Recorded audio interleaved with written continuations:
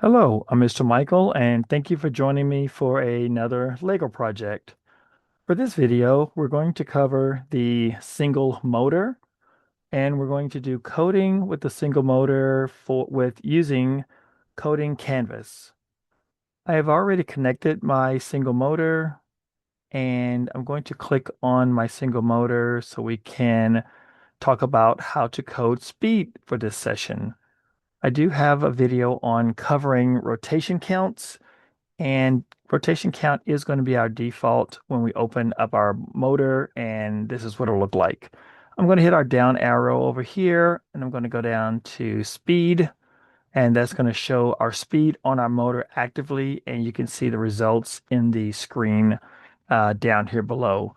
Again, I did add a orange indicator at the top, which will show you how the calibration parts on the motor are lined up, and here's our calibration part here. So it's just a helpful indicator to see how the actual motor is moving. For the code blocks we're in the single motor code block here. We're going to choose a run clockwise for one rotation.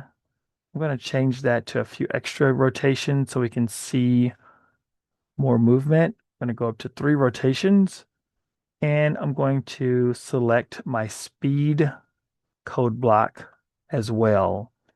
For speed, I do want to indicate through the code language that I want to change the speed or actually set the speed before I do any movement.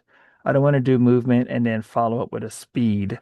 I need to add that before our code block. This is a default to 50% speed, so I don't actually need a 50% speed block in here.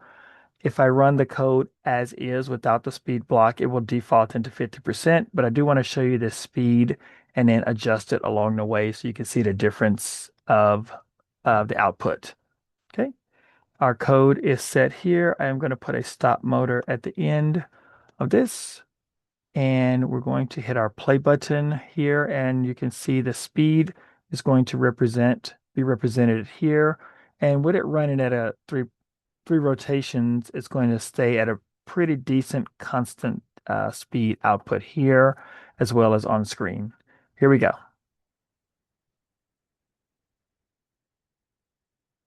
You can see it did take a little while to get up to the speed, but it did balance out at the end. We're going to now change our speed to be a lot slower. I'm going to click in my screen here. I'm going to hit my backspace and type in 5%. So we're going to go really slow, and I'm not going to have you wait for 5% to go around 3 rotations. We're just going to do 1 rotation. Stop my code block and restart here. And here's our speed. Our speed for this slow speed, our percentage for this slow speed would be used when we are doing smaller turns or doing accurate turns or doing maybe we are reeling in a wire or having something move delicately. So this motor is strong enough. We'll talk about power, how much power to offer to the motor as well. And you can add those onto speed also. You can look for that in another video. Our speed can also go in a negative percentage. I'll show you what that looks like. I'll do negative 50. Negative 50, as you can see indicated here, is going to go in a backwards or a negative rotation. It is another way to get your motor to go backwards. You also have your run in counterclockwise here, so you can choose either one of those as a directional. We'll stop our motor and watch this go negative 50%.